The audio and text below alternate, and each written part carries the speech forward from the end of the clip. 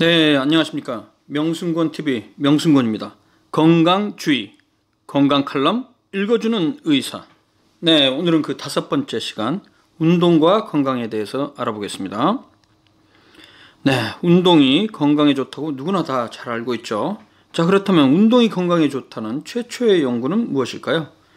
네, 1953년에 저명한 의학 학술지인 랜셋의 영국의 연구팀이 육체적 활동과 관상동맥 심장질환 사이의 관련성에 대한 연구 결과를 발표했는데요. 이 논문이 운동과 건강의 관련성에 대한 최초의 연구로 알려져 있습니다.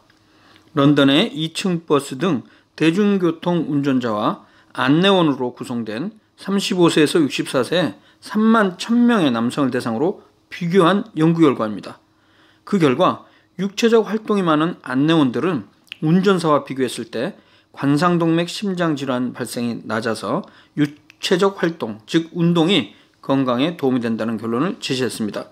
그러니까 운전자들은 하루 종일 운전석에 앉아만 있죠.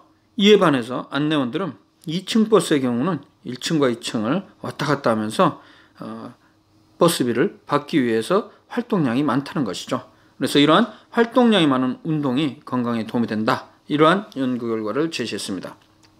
자, 그렇다면 운동을 하면 어떤 질병의 발생을 낮춰서 건강에 도움이 되는지 정리해 보도록 하겠습니다.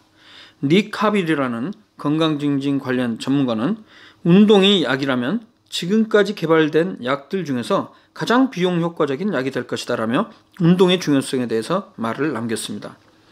영국 국가보건서비스 NHS죠. 여기에 따르면 규칙적인 육체적 활동을 하는 경우에 골관절염, 퇴행성 관절염을 말합니다.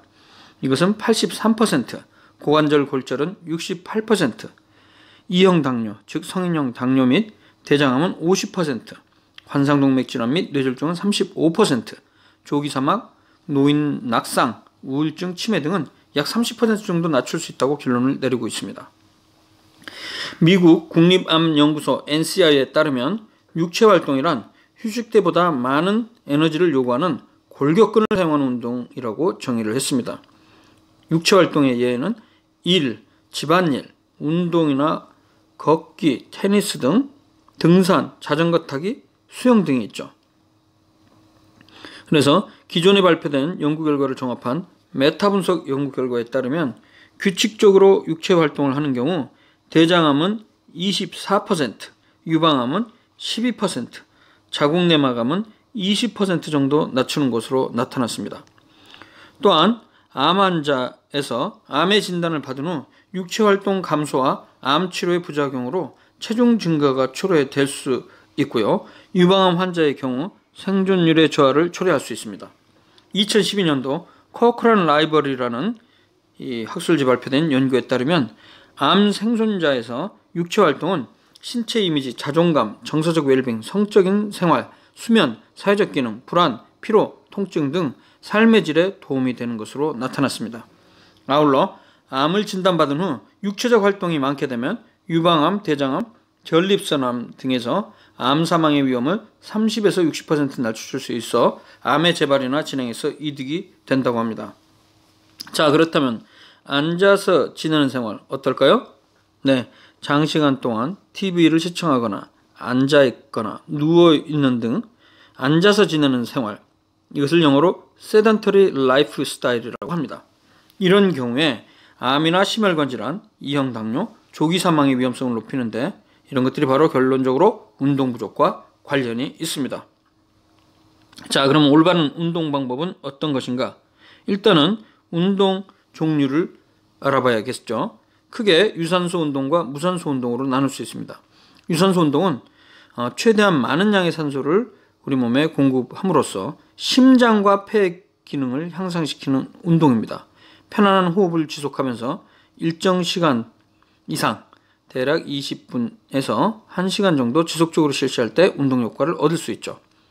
주로 심폐지구력과 관련이 있고 지방의 양을 줄여서 비만을 해소하는 데 효과적으로 이용되는 운동 방법입니다. 유산소 운동에는 달리기, 수영, 자전거 타기, 등산, 에어로빅 댄스, 크로스컨트리 스키, 마라톤 등이 있습니다. 이에 반해 무산소 운동은 운동 시에 산소 공급이 충분히 이루어지지 않거나 부족한 상태에서 운동하는 것을 말하는데, 숨이 차고 운동 지속이 힘든 단시간 운동으로 근육을 강화하는 데 도움이 됩니다. 단거리 달리기, 즉 우리가 보통 100m 달리기 힘껏 하죠.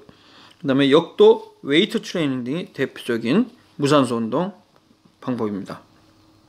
운동을 할 때는 유산소 운동과 무산소 운동을 함께 시행하는 것이 좋습니다. 둘 다 체중 감량에 도움이 될 수 있죠. 유산소 운동을 통해 지방을 연소하고 무산소 운동을 통해 근육의 양이 늘게 되면 하루에 필요한 기초대사량이 많아지고 칼로리 소모가 높아져서 체중 감량에 도움이 될 수 있습니다.